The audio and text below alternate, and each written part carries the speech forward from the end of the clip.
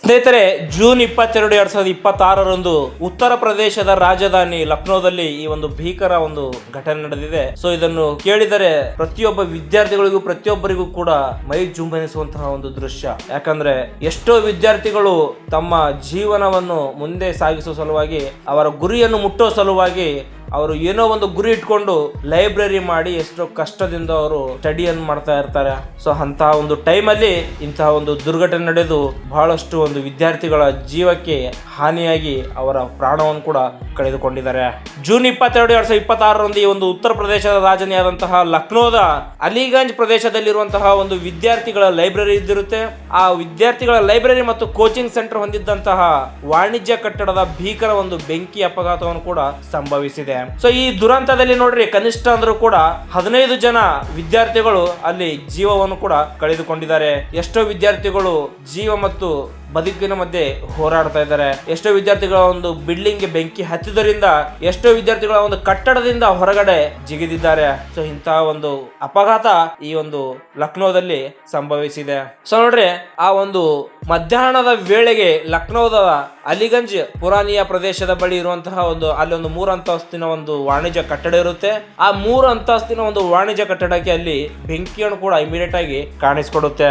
So ಆ ಒಂದು ಕಟ್ಟಡದ ಏನ್ ಕೆಳಮಹಡಿ ಇರುತ್ತೆ, ಬೇಸ್ಮೆಂಟ್, ಅಲ್ಲಿ ಏನಪ್ಪಾ ಅಂತಂದ್ರೆ ಅಲ್ಲಿ ಪೆಟ್ ಕ್ಲಿನಿಕ್ ಅಂತ ಹೇಳಿ ಇರುತ್ತೆ. ಅಂದ್ರೆ ಸಾಕು ಪ್ರಾಣಿಗಳ ಯಾವುದೇ ಒಂದು ಸಾಕು ಪ್ರಾಣಿಗಳ ಒಂದು ಕ್ಲಿನಿಕ್ ಅನ್ನು ಇರುತ್ತೆ.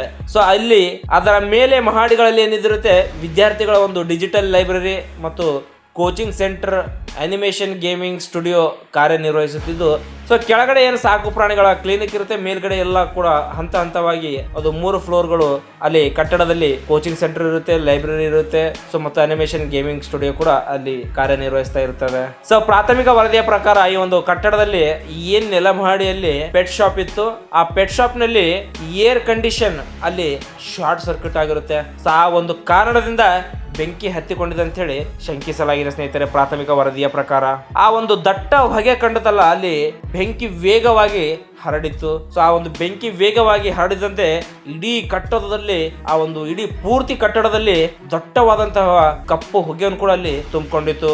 ಆಗ ಲೈಬ್ರರಿ ಮತ್ತು ಅನಿಮೇಷನ್ ಸ್ಟುಡಿಯೋದಲ್ಲಿ ಇದ್ದಂತಹ ವಿದ್ಯಾರ್ಥಿಗಳು ಅಲ್ಲಿ ಹೊರಗಡೆ ಬರ್ಲಾಕ ಆಗದೆ ಸೊ ಒಳಗಡೆನೆ ಅವರು ಸಿಲ್ಕೊಂಡಿದ್ರು. ಸೊ ಯಾಕೆ ಇದು ಇಷ್ಟೊಂದು ಹೊಗೆ ಬರ್ತಾ ಇದೆ ಅಂತ ಹೇಳಿ ನಂತರ ಪ್ರಾಣವನ್ನು ಉಳಿಸಿಕೊಳ್ಳಲು ಬೇರೆ ದಾರಿ ಇಲ್ಲ ವಿದ್ಯಾರ್ಥಿಗಳಿಗೆ. ಸೊ ಒಂದು ಕಟ್ಟಡದಿಂದ ಜಿಗಿಬೇಕು, ಇಲ್ಲ ಒಳಗಡೆ ಇದ್ರೆ ಪ್ರಾಣ ಹೋಗುತ್ತೆ.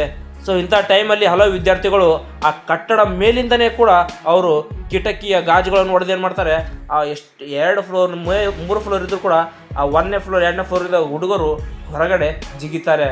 ಸೊ ನೋಡ್ರಿ, ಹೊರಗಡೆ ಅಲ್ಲಿಂದ ಕೆಳಗಡೆ ಇದ್ರೆ ಏನಾಗುತ್ತೆ, ಯಾಕಂದ್ರೆ ಒಳಗಡೆ ಬೆಂಕಿ ಹತ್ತಾ ಇದೆ. ಸೊ ಆದ್ರೂ ಕೂಡ ವಿದ್ಯಾರ್ಥಿಗಳು ಒಂದು ಜೀವನ ಉಳಿಸೋಗೋಸ್ಕರ ಆ ಗಾಜುಗಳನ್ನು ಒಡೆದು ಕೂಡ ಹೊರಗಡೆ ಜಿಗಿತಾರೆ. ಸೊ ಆ ಗಾಜುಗಳನ್ನು ಒಡೆದು ಜಿಗಿದರು ಕೆಲವರು ವಿದ್ಯಾರ್ಥಿಗಳು ಏನ್ ಮಾಡ್ತಾರೆ, ಆ ಫ್ಲೋರ್ನ ಕೆಳಗಡೆ ಕಂಬಗಳಿರುತ್ತೆ, ಅಲ್ಲಿ ಎಲ್ಲ ಲೈನ್ಗಳು ಇರುತ್ತೆ, ಅಂದ್ರೆ ಕೇಬಲ್ಗಳು ಇದ್ದಿರುತ್ತೆ. ಸೊ ಆ ಒಂದು ವೈರ್ಗಳ ಸಹಾಯದಿಂದ ಕೂಡ ಅವರು ಕೆಳಗಡೆ ಏಳು ಯತ್ನಿಸ್ತಾರೆ. ಯಾಕಂದ್ರೆ ಆ ಫ್ಲೋರ್ ಇಂದ ವೈರ್ ಮೇಲೆ ಬಿದ್ರೆ ಎಷ್ಟಿಷ್ಟ ವೈರ್ ಆದ್ರೂ ಹಿಡ್ಕೊಂಡು ನಾನು ಕೆಳಗಡೆ ಹೋಗ್ತೀನಂಬ ಒಂದು ಯೋಚನೆಯಿಂದ ವಿದ್ಯಾರ್ಥಿಗಳು ಆ ಕೇಬಲ್ ಇಳ್ಕೊಂಡು ಕೆಳಗಡೆ ಏಳಲು ಯತ್ನಿಸ್ತಾರೆ. ಸೊ ಅವಾಗ ಏನ್ ಮಾಡ್ತಾರೆ, ಅಲ್ಲಿ ಸ್ಥಳೀಯರು ಮತ್ತು ಅಲ್ಲಿ ಅಗ್ನಿಶಾಮಕ ದಳವರು ಬರುವ ಮುನ್ನವೇ ಅಲ್ಲಿ ಸ್ಥಳೀಯಲ್ಲಿರುವಂತಹ ನಿವಾಸಿಗಳು ಧಾವಿಸಿ ಕೆಳಗೆ ಹಾಸಿಗೆಗಳನ್ನು ಹಾಸಿ, ಸೊ ಅದರ ಮೂಲಕ ಕಿಟಕಿಗಳಲ್ಲಿ ಏನು ಒಡೆದರು ಅಲ್ಲಿರುವಂತಹ ಸ್ಥಳೀಯರು 5 ವಿದ್ಯಾರ್ಥಿಗಳನ್ನು ಕೂಡ ಅವರು ರಕ್ಷಿಸ್ತಾರೆ.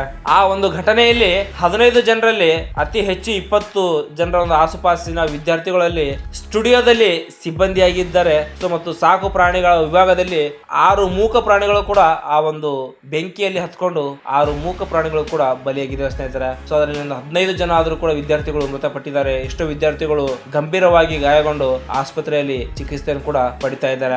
ಸೊ ಇದು ಏನ್ ಒಂದು ವಾಣಿಜ್ಯ ಕಟ್ಟಡ ಆಗಿತ್ತು.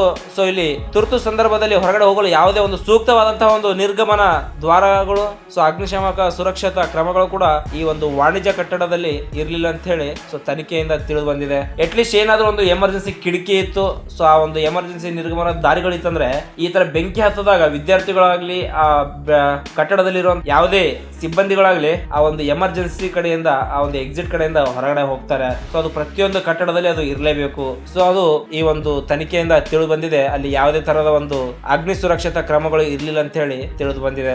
ಉತ್ತರ ಪ್ರದೇಶದ ಉಪಮುಖ್ಯಮಂತ್ರಿ ಬ್ರಜೇಶ್ ಪಾಠಕ್ ಅವರು ಆ ಒಂದು ಸ್ಥಳಕ್ಕೆ ಕೂಡ ಭೇಟಿ ನೀಡಿ ಪರಿಶೀಲನೆ ಮಾಡಿದ್ದಾರೆ. ನಡೆದು ಈ ಒಂದು ಘಟನೆಯ ಕುರಿತು ಉನ್ನತ ಮಟ್ಟದ ತನಿಖೆಗೆ ಕೂಡ ಅವರು ಉತ್ತರ ಪ್ರದೇಶದ ಉಪಮುಖ್ಯಮಂತ್ರಿ ಬ್ರಿಜೇಶ್ ಪಾಠಕ್ ಅವರು ಕೂಡ ತನಿಖೆಗೆ ಆದೇಶಿಸಿದ್ದಾರೆ ಸ್ನೇಹಿತರೆ. ಸೊ ಈ ಒಂದು ಅಪಘಾತ ನಡೆದ ಆಮೇಲೆ ಉತ್ತರ ಪ್ರದೇಶ ಸರ್ಕಾರ ಏನ್ ಮಾಡಿದೆ, ಸೊ ಎಲ್ಲಾ ಒಂದು ಲೈಬ್ರರಿ ಆಗ್ಲಿ ಕೋಚಿಂಗ್ ಸೆಂಟರ್ ಆಗ್ಲಿ ಅಲ್ಲಿ ರಾಜ್ಯದಾದಂತಹ ಸುರಕ್ಷತಾ ನಿಯಮಗಳನ್ನು ಯಾರು ಉಲ್ಲಂಘಿಸ್ತಾರೆ, ಸೊ ಅವರಿಗೆ ಡಿಜಿಟಲ್ ಲೈಬ್ರರಿಗಳಾಗ್ಲಿ ಕೋಚಿಂಗ್ ಸೆಂಟರ್ ಆಗಲಿ ಅವರು ನಿಯಮವನ್ನು ಉಲ್ಲಂಘಿಸಿದರೆ ಕಟ್ಟುನಿಟ್ಟಿನ ಒಂದು ದಾಳಿ ನಡೆಸಿ ಅವುಗಳನ್ನು ಸೀಲ್ ಮಾಡುವ ಪ್ರಕ್ರಿಯೆಯನ್ನು ಕೂಡ ಈಗಾಗಲೇ ಆರಂಭಿಸಿದೆ ಸ್ನೇಹಿತರೆ. ಸೊ ಇದು ಉತ್ತರ ಪ್ರದೇಶದ ಒಂದು ಲಕ್ನೋನಲ್ಲಿ ನಡೆದಂತಹ ವಿದ್ಯಾರ್ಥಿಗಳ ಒಂದು ಲೈಬ್ರರಿ ಕೋಚಿಂಗ್ ಸೆಂಟರ್ ಅಲ್ಲಿ ಈ ಒಂದು ದುರ್ಘಟನೆ ನಡೆದು ಅಲ್ಲಿ ಸುಮಾರು ವಿದ್ಯಾರ್ಥಿಗಳ ಜೀವನವನ್ನು ಕೂಡ ಕಳೆದುಕೊಂಡಿದೆ ಸ್ನೇಹಿತರೆ. ಇಂತಹ ಒಂದು ಘಟನೆ ಉತ್ತರ ಪ್ರದೇಶದಲ್ಲಿ ನಡೆದಿದೆ.